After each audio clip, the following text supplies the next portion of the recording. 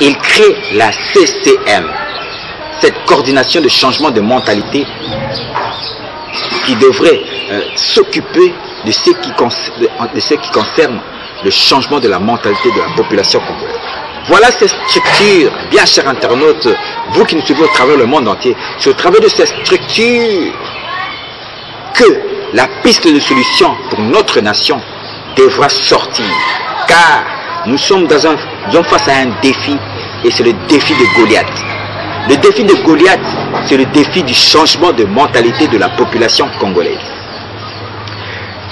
Cette affirmation est tirée d'un livre à la page 81. À la page 81, c'est le livre Joseph Kabila, le 4e président de la RDC, numérique ou prophétique. Dans ce livre, bien chers internautes, lorsque vous prenez la page 81, il est dit ceci: Goliath, le défi à relever. Le défi de Goliath, c'est le défi du changement de mentalité de la population congolaise. Voilà donc ce défi que notre nation se retrouve. Car le défi de Goliath n'est rien d'autre que, en d'autres termes, la vocation prophétique que Dieu adresse à notre nation. Notre nation a une vocation que Dieu a consignée. Nous devons relever, nous devons restaurer la mentalité humaine. Le changement de la mentalité n'est rien d'autre que la restauration de l'homme. Or, la restauration de l'homme, l'homme étant le temple de l'Éternel, la restauration de l'homme, c'est ça, rebâtir le temple de l'Éternel.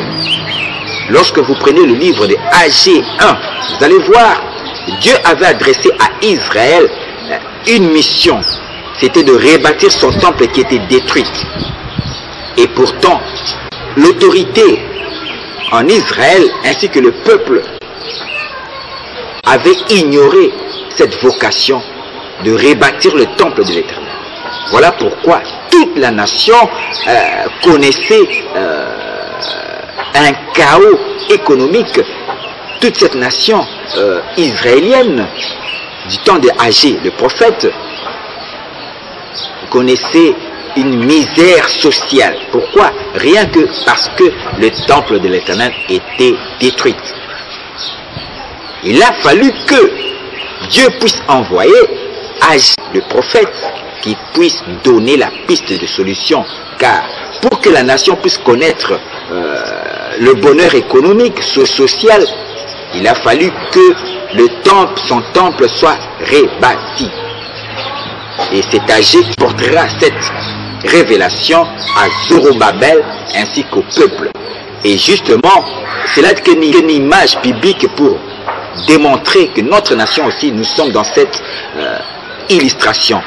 Notre nation a une vocation. Et étant donné que notre nation n'accomplit pas cette vocation, ne répond pas à cette vocation prophétique de Dieu, voilà pourquoi on peut gérer autant de présidents que vous voulez, il n'y aura pas le bonheur social, le bonheur économique tant souhaité. Pourquoi? Parce que notre nation a une vocation prophétique qu'elle n'entrépand pas. Il faut que les envoyés de Dieu, comme à l'époque de Zorobabel, Dieu envoya Agé le prophète.